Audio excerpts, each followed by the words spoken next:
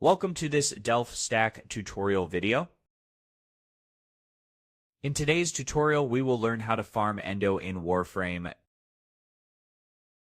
Endo is an essential resource used to upgrade mods, and it is required throughout the entire game.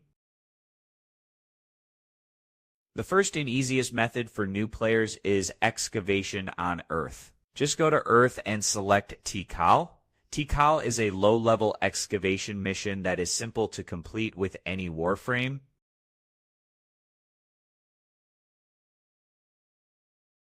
In this mission, defend excavators and complete as many excavation cycles as possible. Each completed excavator rewards Endo, and staying in this mission for around 10 minutes can earn a few hundred Endo. On average, this method is ideal for early game players who are just starting to upgrade mods and need a steady source of Endo without high difficulty. The second method is the weekly Ayatan Treasure Hunt from Maroo's Bazaar.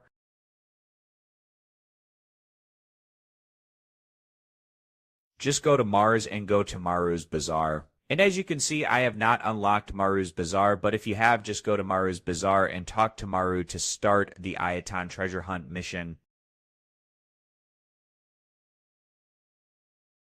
Follow the waypoint, complete the obstacle course, and collect the Ayatan Sculpture. At the end of the mission, return to Maroo's Bazaar and sell the Ayatan Sculpture for Endo.